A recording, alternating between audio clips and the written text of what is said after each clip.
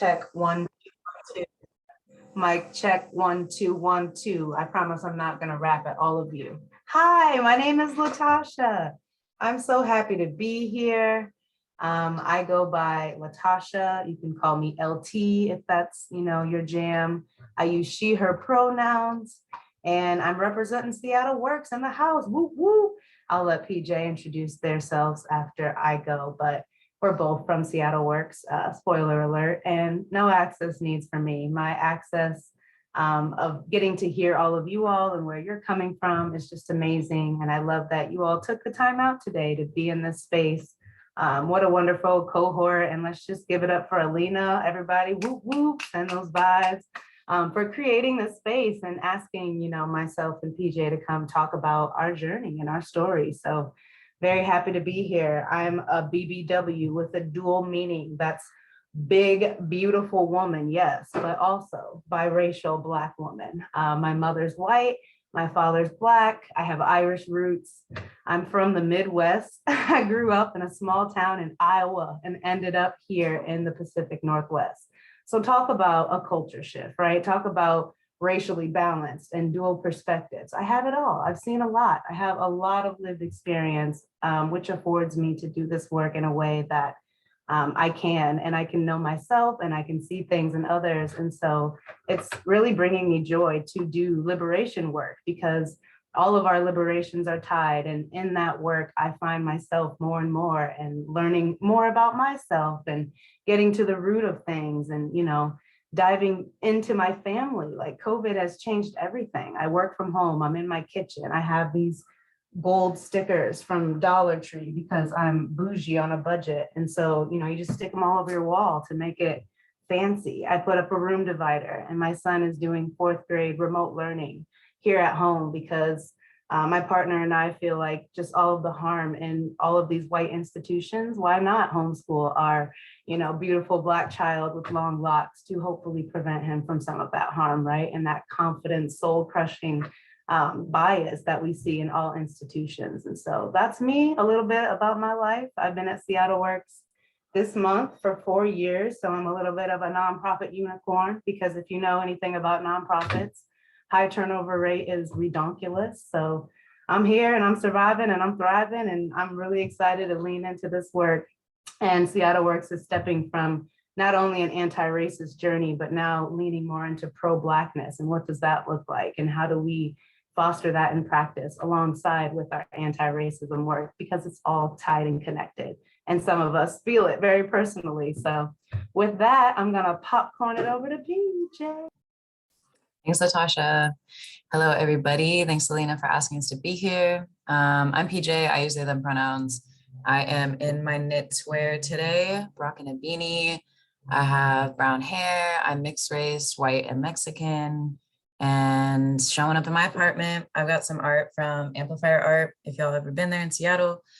And access needs wise, my dog is being very clingy this morning, so I might just be looking at him. Hey, Damani, what's up? Sorry, Pete. So cute. No, it's all good. Love a Damani cameo. Yeah, so I might be checking on him, but I'm here and I'm present and very excited to be here. I'm like riding a high of seeing Bad Bunny last night, and not to flex, but I'm like top 1% of his listeners this last year. So it was crazy. I lost it and I'm here and ready, but I definitely was a little concerned for showing up to this today, but full transparency, feeling good and excited. And yeah, just stoked that we're all in this room ready to talk about some of this work because Seattle Works, I've been there for 2 years and we've had quite the journey before me while I've been there, and we still have a lot in our future. So I'm just ready to be kind of sharing our story and hopefully influencing or providing some resources for y'all if you're interested in going similar ways that we have. But yeah, Alina, where do you want us to take this? Did you have something that you wanted to share, PJ, or do you want to share that later for the? We do have like a very loose presentation just to kind of guide the conversation. So I could share that if we want to jump into that, but we also want it to be pretty informal and more so like dialogue back and forth. How does that sound to you, Lena? That sounds great. And maybe people can just like, as we as you kind of talk about that work. I mean, we can even do Q&As throughout. Nope, you do not have a question. You need to be quiet. We can do Q&As throughout the presentation. Or we can hold it at the end. You know, this is what we'll do. I think as you present, people can ask questions they feel comfortable asking. And then we'll have some time at the end where I'll turn off recording so people can ask questions and maybe feel safer if you don't feel as safe asking them in a recorded space. Does that sound good to everybody? Yeah. Okay, let's do that. Oh, okay. I'll share my screen. Make sure I'm doing the right one. Do you see this presentation? Yeah. Yes. Cool. Cool. Well, yeah, Seattle Works. We just introduced ourselves, LaTashia and PJ. Oh, I'm the content director. LaTashia, you might have named this, but LaTashia's the equity director. I'll kind of say just like who we are, and then LaTashia, if you want to go into like a little bit of the history and everything on the next slide. Also, I'm looking at my screen over here, but yeah, so we have been on quite a journey, but this past year, like late summer, we changed our whole mission, vision, values. It was a really long process, did a lot of narrative work with a consultant, with our board, all staff was involved, but we shifted our mission, and now it's Seattle Works supports collective justice efforts through anti-racism education and transformative relationship building. And then our vision is seeing a greater Seattle area that's liberated and where individuals are engaged in community, systems of oppression are dismantled, and human-centered structures are prioritized. And this is like very big language, very big ideas. So we find our own kind of like niche area to work in within that, because I think you can take our mission and our vision statement a lot of directions. But it did not come without a lot of change, very significant change, a lot of bumps, and it's been messy, but it's also been good. And we're here now. LaTashia, I'll give it to you if you want to talk about kind of when this started way back when. Yeah, thank you, PJ. And thank you for that, rooting us in where we are today. Sometimes I'm like, the news to me, whoo, what a journey it's been on, because I've been here for a while. And just looking back at where we started, it hasn't always been, you know, so clear cut. We had a very ambiguous mission, you know, kind of racially ambiguous like me. You're like, what does Seattle Works do? What is that? Who are you? We developed connect volunteers, build community, right? Like, what does that mean? How does that show up? And how are we holding ourselves accountable? And so working, you know, in the nonprofit industrial complex and having multi-race, multi-identity folks working in programs and fundraising, but being in a hierarchical org structure like you see here, where, you know, the board of directors sometimes didn't understand what staff are going through. And the top two paid positions were held by white folks. We had an executive director and then the director of operations or managing director at the time, you know, under him. And then I started as a program manager, worked my way up to a senior program manager. And now, you know, I'm the equity director. So I'm like, started from the bottom, now we're here, woo. But in that structure, I felt very, you know, a lot of just challenges of having to diversify programs and look for barriers in our programs that we can't connect to communities that we want to serve and be with, because there's a lot of harm there. There's a lot of power and privilege in volunteerism in and of itself. And so I used to have to do a lot of kind of transactional relationship building where I'm centering companies and their needs, right, to build volunteer experiences. But it was really for show, that photo op, you know, that one-off opportunity to, for what, you know, what is that doing for the overall picture, for the community, sometimes even causing harm in other communities and nonprofits. And so part of the reason why even the racial grievance policy started was like, we need to be able to track, you know, our nonprofit partners, our volunteers, our stakeholders, our board members, our staff. Like, Seattle Works was a gatekeeping organization in the middle of so many other organizations and institutions and other nonprofits that maybe didn't share our similar vision, values, and mission work, right? So doing something more bold by changing our mission, changing our org structure so that I don't have to get asked questions like, how does it feel, you know, being a mixed race person doing all of the work in programs while the top two paid positions make more money than you? And I'd be like, ooh, I I can't answer that question. It does, and truthfully, it didn't feel good. It didn't feel right. And so by finding allies in the organization, i.e. Amanda, my partner in crime, we started to think about what are ways that the organization can change structurally so that it doesn't feel so icky for folks who are program coordinators and senior program managers. And being such a small team, 5 full-time employees, it's like we kept coming back to this solution, if you will, of like a flat org structure, a worker self-directed organization where we have mastery and autonomy over our own individual roles. And boy, has that been messy. And we're still figuring that out. And who knows if that is the end all be all. And what does it look like when we grow, right? Like these are questions that we're figuring out answers. How do we hold ourselves accountable? What support do we all have? And it's been some transformative work, I think, even on the staff side, but also for our board. We have more internal controls on our board. So two board co-chairs, a board that is aligned with our mission, vision, values. Like Alina sits on our board, this amazing human, right? Like our 2 board co-chairs came to my all Black community link up for Black History Month last month. And it's just these kinds of changes have afforded the organization to now step into this new educational space where we can hopefully inspire other nonprofit partners to look at their structures and programs and missions, right, in communities they serve and boards.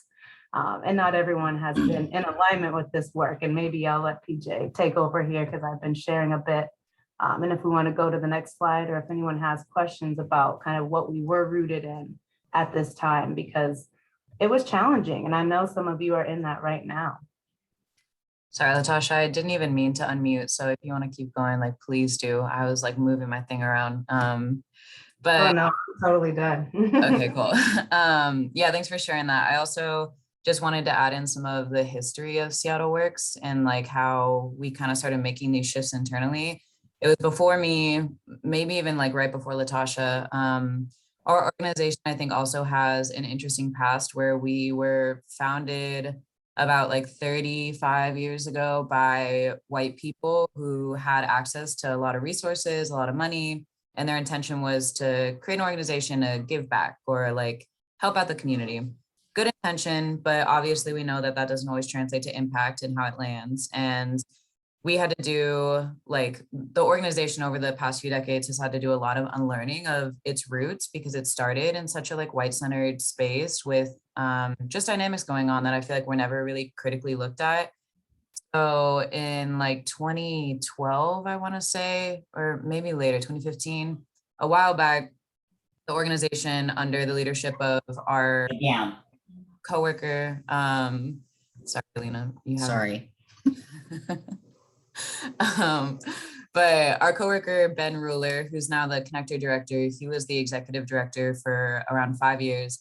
He led a lot of work around anti-racism, bringing in a consultant, really looking at what was going on at the organization, because like he had basically been confronted with harm that was happening for like specifically women of color on staff. Like they weren't being supported, they weren't seen, they were leaving. There was like turnover for people of color in the organization. And so he kind of led like this initiative. He applied for a grant of like $10,000, I think, used that specifically for anti-racism work, was like, this is only going towards this work. And then started really looking internally at like what can shift and what the culture of the organization needed to do to make everyone feel seen and supported. So that work started before me. And then I think LaTashia got hired on. And LaTashia, I mean, I think you were the only person of color at the org for a while, right? Like just holding a lot on her shoulders and like doing a lot of the work. And like you named that, you being here, and then once my coworker Cassie and I got brought on being other BIPOC staff, we were the 3 like lowest paid staff members of a 5-person team, and the top 2 people had the most power, the most decision making, and we're out here like doing some anti-racism work, and it felt really weird. We're like, we're not doing this internally. How can we be external influencers in the community with this work if like internally we're not embodying that? So I feel like that was a huge turning point, especially for our org structure, where we were like, it just doesn't make sense to be out here preaching these things and not even be channeling it internally. And I think a lot of organizations are kind of stuck in that loop where like, their workplace environment is not supporting their staff in a way, but then they're out here kind of like putting that into the community. And yeah, I mean, I'm a firm believer in like, as an individual, you need to work on yourself before, not you need to, but like you should be having some relationship of work with yourself before, you know, being out in relationship with people. And similar with organizations, like we got to be investing in our staff and in the internal parts before we are putting everything external. So that's some more about how we got here. Oh God, this is our org chart. We talked a little bit about this, but yeah, we made the switch in 2020. There's a lot of pieces to that, and I'm sure people have questions. We can give more specific answers, but this just kind of shows all of us in a line. We're all co-directors, so everything is flat. We make decisions together in like a consensus way. We also have people who are like the green lighter for things within their wheelhouse, depending on like what work it is. And then we have our board of directors and our consultants still in the loop, like very much so at the same level of us, but also serving us. Like we're not at the whim of our board of directors or people that we bring in. LaTashia, do you want to speak on our org structure or chart at all? Totally. And thank you for creating this beautiful chart. You even got my updated picture in there. This was such a huge thing, y'all. Like to go from a hierarchical organization at the bottom as a woman of color to something more, you know, centered and balanced. It is the dream, you know, it's the dream. And like PJ said, being in, you know, service with our board members. I know what it feels like to have a board of directors working, you know, not with you. And so they feel like the staff is there to serve them. And part of my work is teaching, you know, the problematic behaviors of boards and how broken they are. It's the system, it's the structures that we are operating in that need to change. And so while also changing our work internally and telling the story externally, which I feel like we've done a pretty transparent job at doing, keeping that storytelling alive and getting behind the why. Like many board members left, they were like, what business does Seattle Works have doing anti-racism work? What business does Seattle Works not have doing anti-racism work, especially in Seattle, a place that's getting all of this undue praise for being so progressive and just like, no, we have to change the way we're doing things, the way we're even teaching people how we do things, right? And what we're centering and who we're centering. And so there's been a massive influx of nonprofits, you know, closing their doors and changing their org missions and putting out DEI statements, but not really following through and not having BIPOC staff in any leadership roles or any positions on the board, but serving communities that are predominantly communities of color. And so what does that look like? That representation is trash, apparently, in my eyes, because you're not doing the work that the community needs. And so to be able to shift and have our org structure this way, by doing the work with the equity consultants, teaching our board through cultural racism trainings, having ongoing equity team meetings with staff so we can unpack internal things in the org when we have stuff going on between us, when we need more accountability, when we need more education, so that we can go out and be our best selves into our programs and the spaces we hold, so that we can, you know, also expect that of our nonprofit partners and our volunteers and our stakeholders and our board members. And so I think by doing that, it creates this, right? Thank you, a liberated board structure, a place where I feel safe going to this board, whereas maybe 2 years ago, my old board, I would never go to them about a lot of things because I felt like it would cause me harm. I had many nightmares and just tears of like, wow, why doesn't this board get it? And even some of those board members being BIPOC board members, right? And so take that in for a moment of, ooh, damn, I have to feel this in my own, you know, like community and my own org while I'm out here trying to do the work to undo this system and this structure. So I did feel like a hypocrite. I felt like a fraud. I felt like, what am I doing, you know? But at the end of the day, I knew it was an investment. I knew it was emotional labor. I knew that being a biracial person, I have a lot of privileges and I'm able to get into these spaces and be heard. Whereas maybe somebody a little bit more melanated than me might not.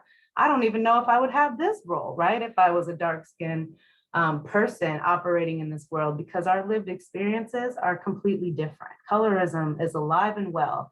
Biases are running rampant through institutions and nonprofits. And so how harmful is that when nonprofits can't get it together already? You're like, what? And so we're here in this liberated structure. I was just at a board member's home speaking on predominantly white institutions. Clara, shout out to her podcast, in the diaspora. You can listen to it on Spotify or wherever you stream podcasts, excuse me. But she really talks about her intersectionality and Afro-Salvi identity and surviving nonprofits and boards and how much harm and trauma we hold as women of color, BIPOC, folks who have bleeding hearts who want to do this work and stand behind these missions, but then sometimes slip into the martyr complex where we're, experiencing microaggressions and harm and holding a lot. And it's like, no, we can't do that and continue to move in the positive trajectory for all. We have to change the systems and the structures that are causing the symptoms of, the outcome. So what we're doing here at Seattle Works is pioneer work. Like, we don't have a lot of nonprofit partners to look at and see how they're doing things because frankly, a lot of them are way behind here. And maybe I'll let PJ speak on that a little bit, but really just seeing this board. I mean, look at these stars. Look at these stars.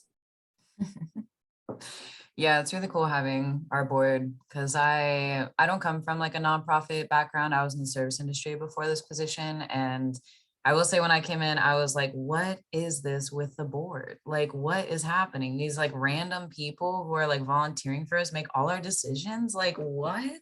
So I came in with a lens of like, let me question all of this. And I feel like now we're in a structure where it feels like we're working together and our board acknowledges like how they show up and what they understand the staff is leading. Like, I feel like so many board dynamics previously really put power in the hands of board members. And now we're like shifting it so that we're trusting staff because we're closest to the work and our board is like really listening to us and investing in us, which is beautiful. I don't think, oh yeah, I put our strategic priorities in.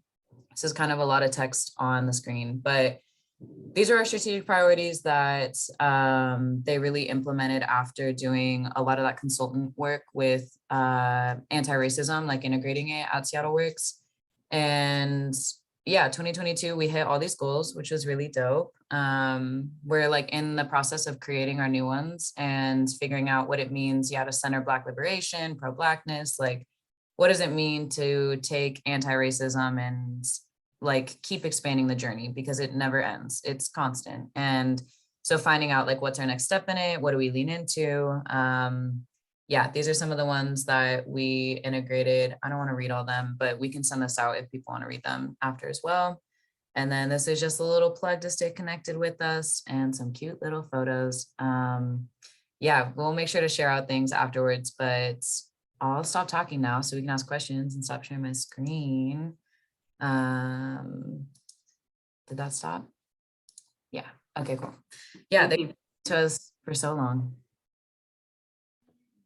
Thank you so much for sharing all of that and being willing to talk about the nitty-gritty stuff that I think probably many people on this call have experienced or are going to experience or are currently experiencing in their organizations. And I think we've talked about this a lot too, that, SAC is made up of, representatives from around 40-ish orgs. And those are orgs that have hundreds of employees, and those are orgs that have like 4. And it is very different. There are very different experiences, I think, between large orgs and smaller orgs. Orgs that are for-profit versus nonprofit, or organizations that are part of city work. Also, there's just different barriers and limitations to what people are able to accomplish, especially considering, most of the folks that show up in this room, collectively, we have power as a coalition. But I think when it comes to traditional power structures within our organizations, a lot of us don't have the power that we feel we need to transform systems in a way where where we have people that are in positions of power that are willing to be like, yeah, you're right. Like, we do need to change this, and we're willing to do this work. So I want to ask everybody, if anybody does not feel comfortable continuing to record, Like if you want me to stop recording, maybe give me a thumbs up. If you're okay to keep recording, you don't have to. But I want all of you to feel safe in being able to ask your questions if I share this out with the rest of SACA. So thumbs up if you're not cool and you want to, it's totally fine if you're not. No shame.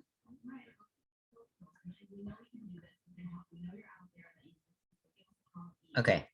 If anybody at any point changes their mind, if they're like, hey, can you stop recording for a second so I can ask a question? Just do that. Okay. Because we've talked about this in the cohort before, but especially when predominantly white institutions start doing anti-racism or equity work or DEI work or whatever, it tends to be at the expense of Black, Indigenous folks of color for the benefit of white people, not the other way around, right? Not that it needs to be at the expense of white people, but there's different work to be had. And we're not centering, we traditionally don't center the care, like psychological safety, physical safety against retaliation for BIPOC folks. We don't center that in this work. I'm saying we as a collective, our institutions tend to not do that. So if at any point you want me to stop doing it, just let me know.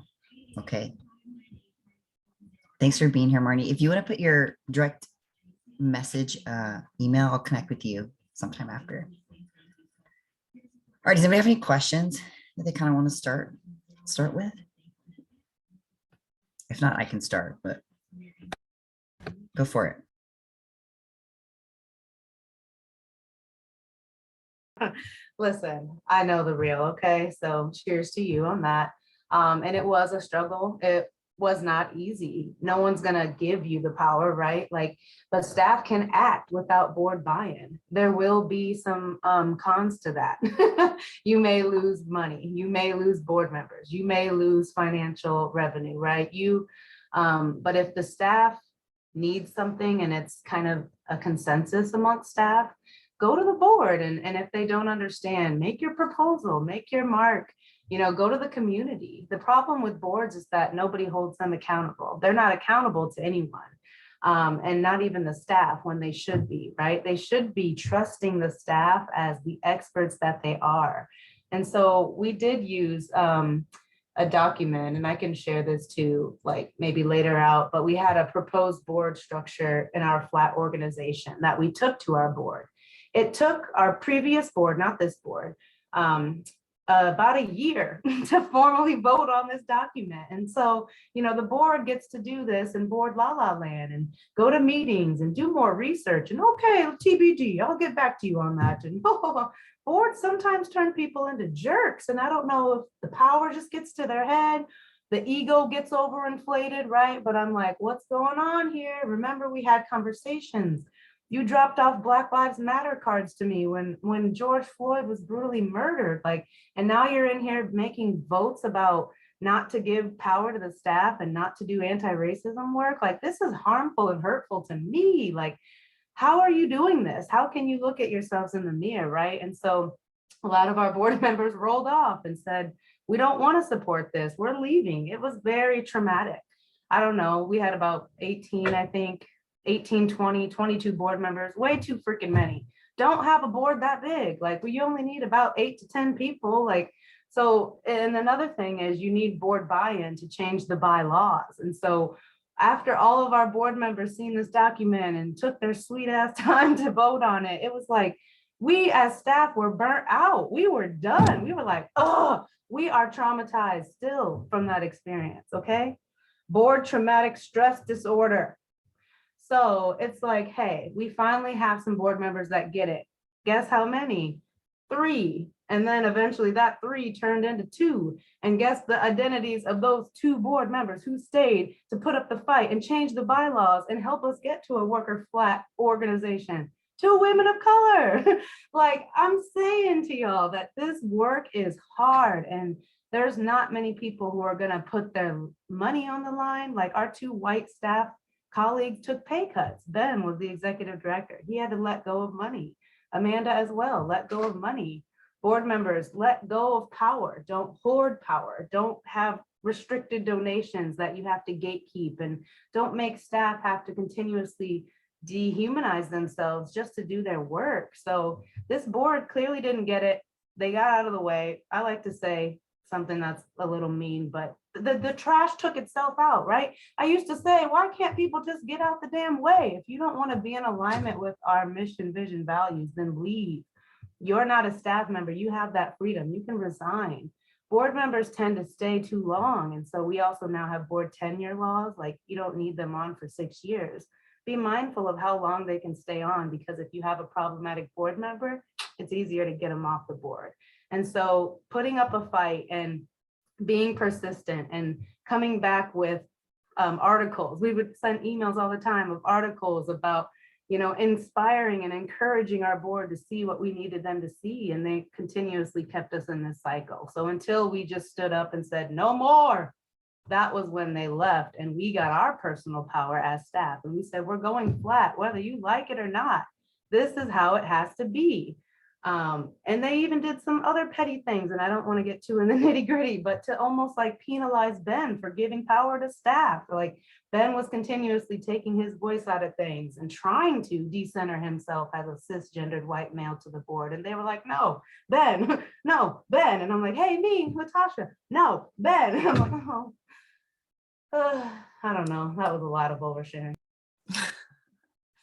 Yeah, thanks, LaTashia, for sharing. I think it's best to be transparent about the process. We went through that because it was seriously so dramatic. Like, it was wild. Like, it felt like a show. Like, I could not believe, I mean, I could believe because it's not shocking, but like the ways that not all white people, but especially a lot of the white board members were like just distorting and like manipulating things to like maintain the power that they had, and like the power that white staff had was wild. Like, unreal. I mean, yeah, I think it was good riddance that a lot of them left. But yeah, when I say dramatic, like it was like a secret meeting that they held and didn't tell any of us. And then they all left. Like, it was wild. So I'm a firm believer of when doing this work, board, staff, whoever, like it will, like you have to continue doing it. And the people that aren't, like getting on board, like they gotta go. Like, we can't hold everyone's hand through this process. And I think a lot of this speaks towards like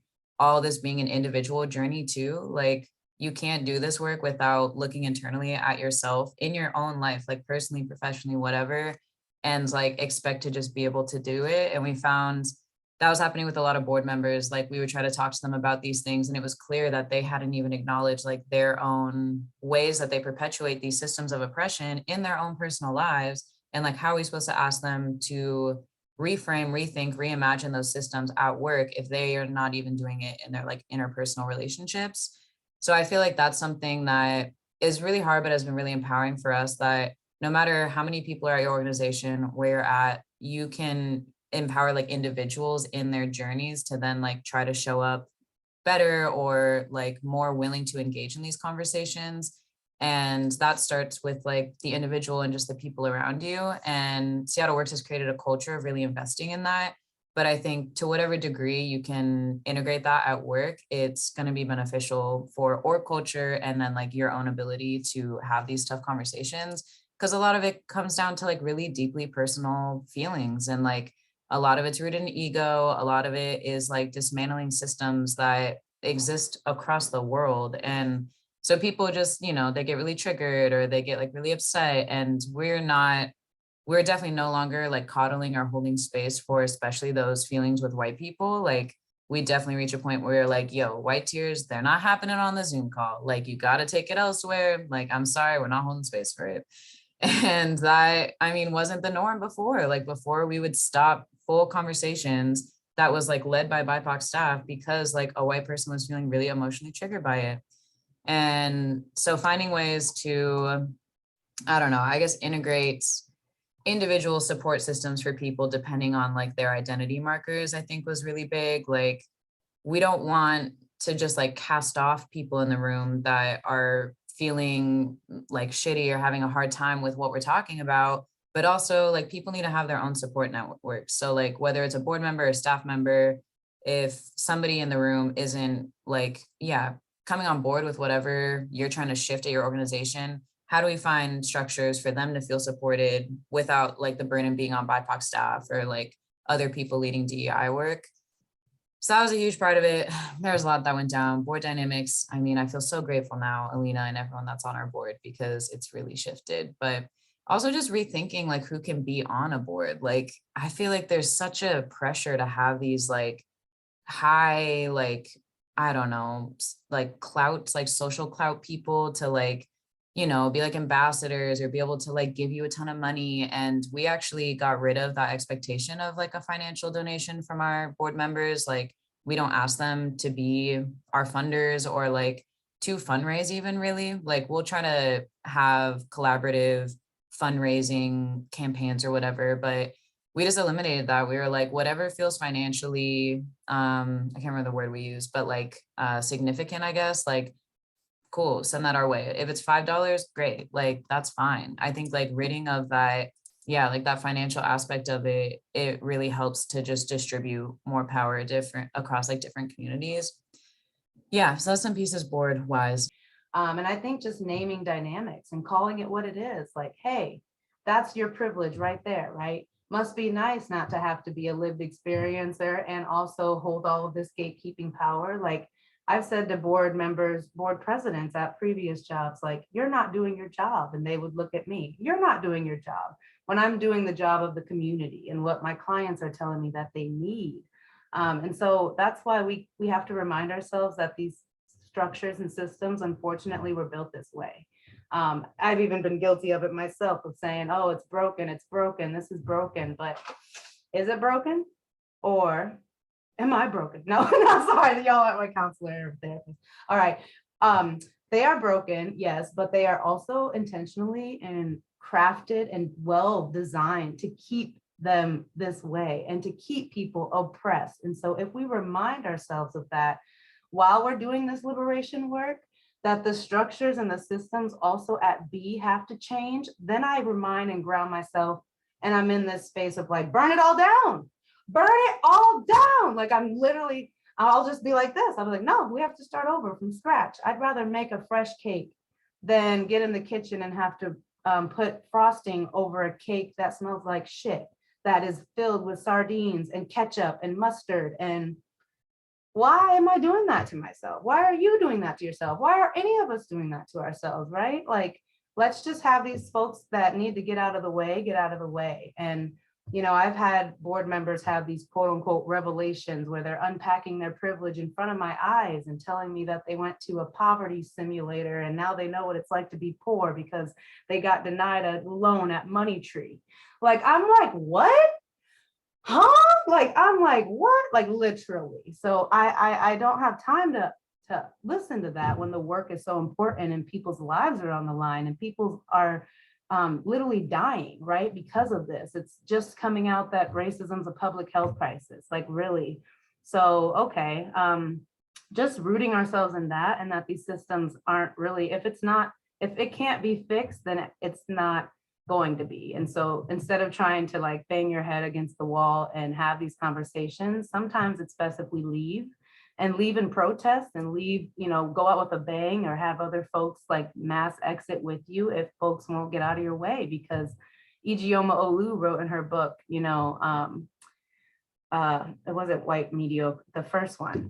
So you want to talk about race? It's like, we can't get caught up with changing everyone's hearts and minds, because when we leave these positions, like, what changes? Somebody else can come in and then uphold white supremacy, and all of the work we've done is null and void. And so if it's not in the bylaws, the handbook, the structures, the programs, the external communications, the website, and the hearts and minds, then something's going to slip through the cracks. And so that's where we lose all of our energy and zest and burnout and martyr ourselves, because we're trying to fix the symptoms and not the root cause. Yeah, thanks for sharing that, LaTashia. I definitely have two sides to this. One of them is leave. I definitely think some organizations, it's just not worth it. And it's definitely like, it's not a privileged space, but like being able to leave someplace, obviously there's layers to it that allow you to go to a different place. I know some people get stuck in places because life and capitalism, so that's real. But on the other side, and this is more so my like previous like DIY organizing speaking, I'm like all about everyone coming together, like power in numbers, and bringing something like to the CEO to the executive director, whoever, like, I think it is really powerful to have a lot of people, you know, behind you, and not that you'd have to lead it on your own. I think finding like your people and figuring out something to bring forward, like, it'll probably be interpreted as an attack, even if you deliver it with a lot of care. But I do think people in like positions of leadership need to be shown that from like multiple people, that a lot of the employees, workers, whoever, are like on board with making a shift. And the fact that the ultimate decision maker, greenlighter, isn't pushing it forward, like they're not in tune with what's going on in their organization or their company or whatever. So I think if that's a route that feels like safe and you won't be like terminated, like if you have enough people behind you, like that, I think is really powerful. But yeah, it's hard. It depends on the organization for sure. Alina, yeah. Yeah, I was just gonna hold on, lower my hand too, because I'll forget to do that. Yeah, I just wanted to reiterate that too. Like sometimes it's time to go. Like some places don't work for you and they're not going to change. And I think BIPOC folks especially carry this burden of like, I don't want someone else to have a bad experience, so I'm going to stay and suffer through that. And it's like, no, bro, that's the OPP. That's the other person's problem. It's not yours. Just play that song when you walk through, when you leave. Just like, this is not mine. That's the OPP. And maybe don't play that song because it's kind of inappropriate, but you get the idea. It's another person's problem. It's not yours. It's not worth your joy or your health or your relationships, how you communicate with other people, because maybe you have a short fuse or temper, or you're stressed out when you're at home. That's where it comes out for me. Like I lose my patience for like other relationships that I have because I'm being zapped from this place over here where everything's being sucked out of me. And it's like, sometimes it's just time to go. There's a woman named Lauren E. Turner out of New Orleans who self-describes herself as the Harriet Tubman of nonprofit. She's like, I'm gonna get you out. Like, she's like, she's this amazing, hilarious, smart, brilliant Black woman who does some work with theater works down in New Orleans. And it's just like, sometimes like, I don't have, for her, she's like, I don't have patience. So I'm going to go and I'm going to take you and I'm going to take you, and you want to get out, you want to get out of your work, I'm going to help you out. Cause it's not worth it. Right. I wanted to pause the recording real quick. Sick. All right. Yeah, well, I also think that a flat structure looks different depending on what org that you're in. And I feel like when people hear flat structure, it's almost like when people hear like defunding the police, they're immediately like, oh my God, what? Like, what world is that?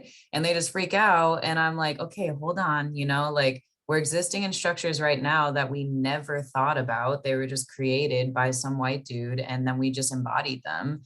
So like, let's think about what allows everyone to thrive. And I feel like in flat structure, a totally flat vibe works for us because we have 5 people. That's not going to work at every organization.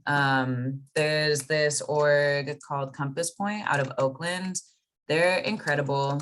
This is their blog. They have a lot of writing on there about their work and their transitions, but they have guided like a lot of our internal work and in sharing their story and how they got there. And they're a bigger organization.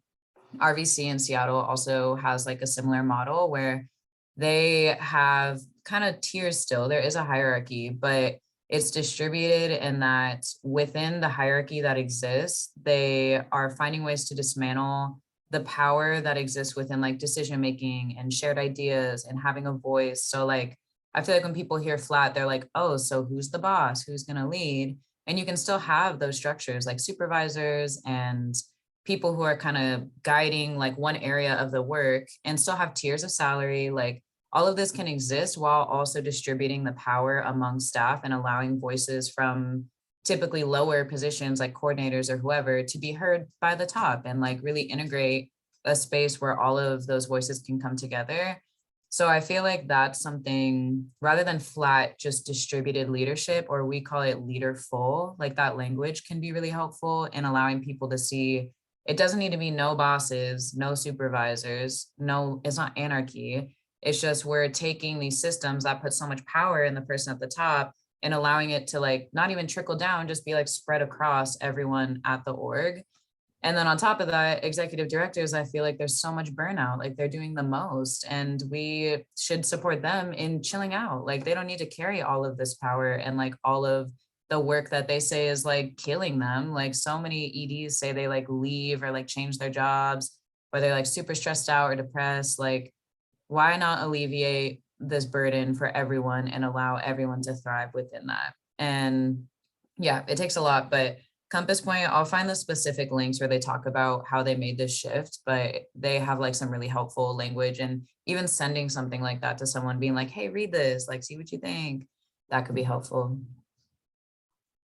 Ditto to all of that, PJ. Thank you. Hit the nail on the head. I don't have much else to share, but just that, you know, when looking for some green flags on the board, it's nice to see a board that understands kind of what the staff is going through. And so if the board members are clear on their job descriptions and what they need to do, and, you know, are having trainings and regular conversations in the community about privilege, and they're showing up to the events, and they're trying to understand staff and giving power to staff as much as they can. You really want to look for a board that's only kind of doing the legal requirements, like Washington State minimal legal requirements of a board. A board shouldn't be too in the weeds with staff, because that's when positional power can get abused. And thinking about the dynamics of positional power between executive directors and between boards. I've heard many stories about Ben when he was an executive director, holding that trauma of having to please the board and having to be there for the staff. And luckily for him, it didn't end up as horrible as some other executive director stories, like PJ was mentioning, of burnout and addiction and stress, because the job is too big. And so for us to break the job up, we had to redo our roles and goals as well. And we had to look at people's plates of like, what do we need to let go of? Who are we saying yes to? Who are we saying no to? Who should our, you know, people we center be in our community, in our stakeholders, in our nonprofit partners, in the work we do? Are we traumatizing BIPOC staff to educate, you know, white folks, or are we looking critically at things? And so being messy about your structure, and also being fluid and flexible enough to try it on. Like I tried the BIPOC Link Up On 3.5 years ago, and now it's a running brilliant healing space program that PJ and Cassie stepped into to make it what it is today. But it started as a POC meetup, and it was a pilot. It was going to be a pilot program that was selfishly started for my own benefit of finding like-minded BIPOC professionals to unpack all this shit we're talking about right now. Like, I had no idea we would be here then, but I knew that I needed community. And so I love this coalition. And when people talk, because when we suffer in silence and don't talk and grin and bear it and uphold this like system and structure that's harming us all, we're not really doing anything. We're not really changing anything. And then we leave and we're doing more harm to ourselves than good that we think we're trying to do in an altruistic, you know, charitable sector, which is already problematic in and of itself. Don't get me started on the deficit language and just the historical context. We don't have enough time. So come to my board training, come to the BIPOC Link Up. If you're white, check out the White Caucus. And be sure to continuously, like PJ said, be on your personal learning journey, because it never ends. It's not a 12-step program, it's not a 5 check off the list and you're done. It's not a you did one good thing for this POC person at your job and you can pat yourself on the back. It's everybody checking yourselves and calling people in so that we can change these systems and structures that are so archaic and toxic.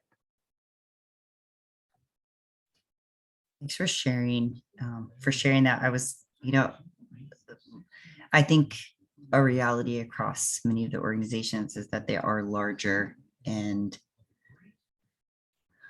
I think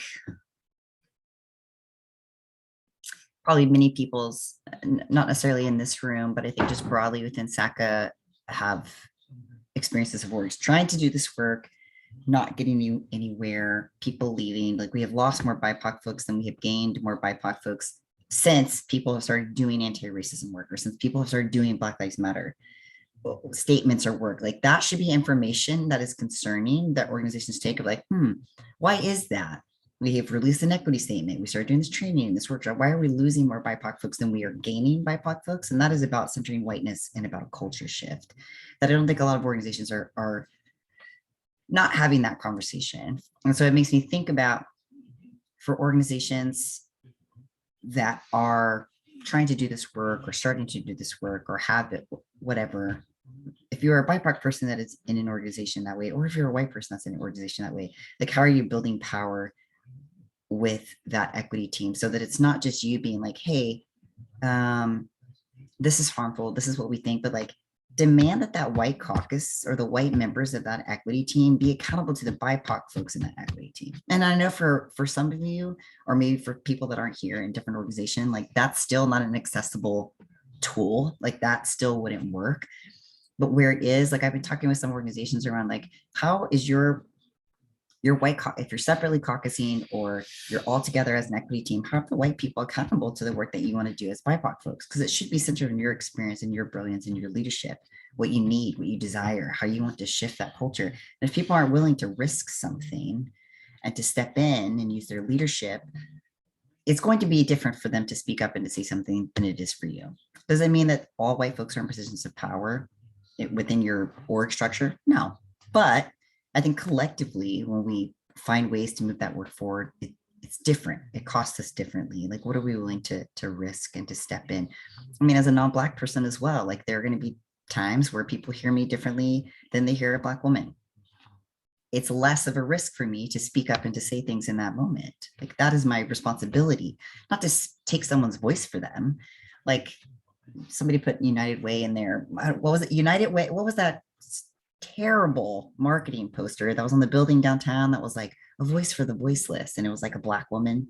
Do you remember? I've seen that. It was so terrible. I was like, she has a voice, just give her the microphone. She doesn't have the microphone, right? And so it's like, when we say centering, and I feel like this is a conversation that, I'll continue to have with resident directors, and as we continue to do our programming, like when we say centering, what does that mean? Please tell me, like when you say I'm centering BIPOC folks, I would love to know what that means. Because I don't think that we're defining these things in our organization, not you all, but leadership is not defining. We're accountable to BIPOC communities. What does that mean? Because if you are, it's going to be uncomfortable, right? You're going to get called out. Are you willing to like take ownership of those things? And I don't think that the majority of people are. And so when we start talking about this work, as we throughout SACA and then in your individual organizations, really thinking about like, what does it mean? What does accountability mean to you? Like, what does it mean to center BIPOC folks? When we say solidarity, like, what is the limit to your solidarity? There shouldn't be. Or people that you're in solidarity with should be able to say, this is what we need and what we ask for. And you don't get to be at the front. You get to hold the trash can, or you get to pass out water, or you get to make the posters, or you get to serve the food, like whatever that looks like. So I just want to acknowledge that I know that there are people within SACA as a whole that don't have the support system they need to move this work forward. So trying to think about other tools in addition to what LaTashia and PJ have shared about the transition, and then also just like being so grateful and appreciating the transparency of where Seattle Works has been and where we're going now. And I've never been a part of a board. Like I've never heard other board members be like, yeah, maybe that is enough money, but I think you should be making more. Does everybody agree with that? And all the board's like, yeah, we think you should be making more. Like I've never been a part of a board like that ever. That's just like very centered on people. And it is one that is full of people that I think that have lived experience where like, yeah, I don't make $500,000 at my organization. Right. And I'm thinking about, my staff and how they're doing and how I can continue to support them. So I think we all have some things to contemplate and to think about. I just wanted to give people that maybe haven't had a chance to like ask any questions or share anything. I just wanted to give you an opportunity to do that too. And if you want me to pause the recording, just let me know. Measuring that, who are you accountable to? These buzzwords of DEI and just like community-centric fundraising, it's like, how are we measuring that? And our internal work has led our external work. It has changed our programs. It has allowed us to let go of programs that only centered you know, folks that have always traditionally been centered. And so to do that radically and have an opportunity so the money can flow to communities that we should be accountable is the work, right? This is the liberation work. This is the transformative building of relationships so that it's not just transactional. So nobody wants to be looked at as a dollar sign, not even development directors, not even folks in philanthropy. They want to be valued for more than that. There is a lot of harm in that sector as well for folks just being gatekeepers and bringing in money and causing harm to staff and centering racist donors and centering the organization and not the BIPOC staff or the BIPOC clientele or the BIPOC communities that they say they're accountable to. And so that's the disconnect, right? It's disingenuous. It's going to be seen by the community. Because if you feel it on staff, 9 times out of 10, that perception is in the public eye as well. And so that's why it's important to be transparent about your internal journey. Spill the tea, share how messy it is, share where you yourself had to unpack your own privilege and say, hey, honestly, like I'm maybe not the right person for this job. I've had to talk to people on boards who are white men and white women who are on all homogeneous spaces, and they say, or homogenous, however you say that word.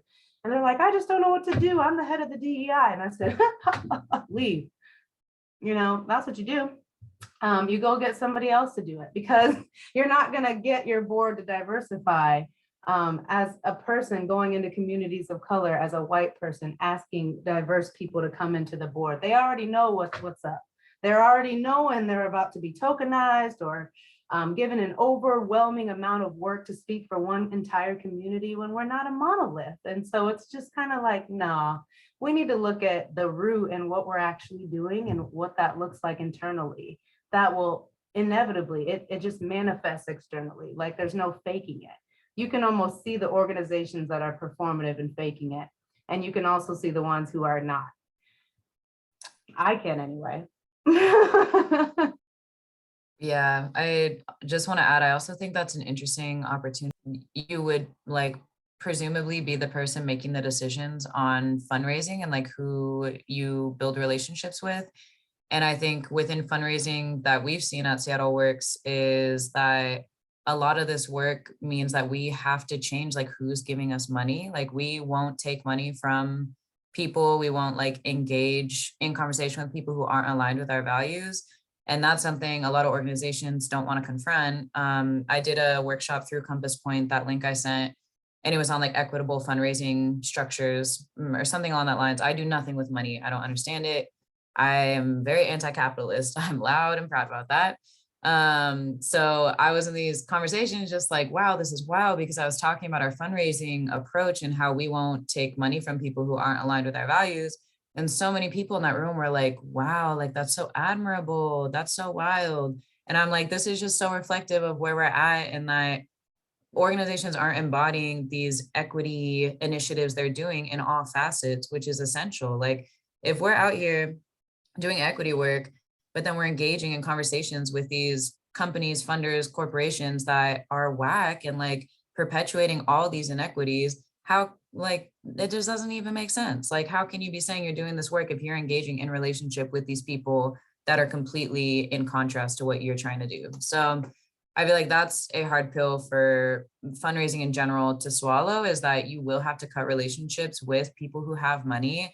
And we live in this society, obviously, that centers money always. But yeah, we've just done like, if someone offers us 10,000 right now, but it's not towards our values of anti-racism work, we just won't take it. Like we're not gonna be trying to have that scarcity mindset and take whatever is given to us unless, yeah, it really aligns. So interesting, because you could potentially step into a place, Jamie, and, you know, make these decisions and see like it would probably rock the boat. I don't know what would happen in these orgs, but yeah.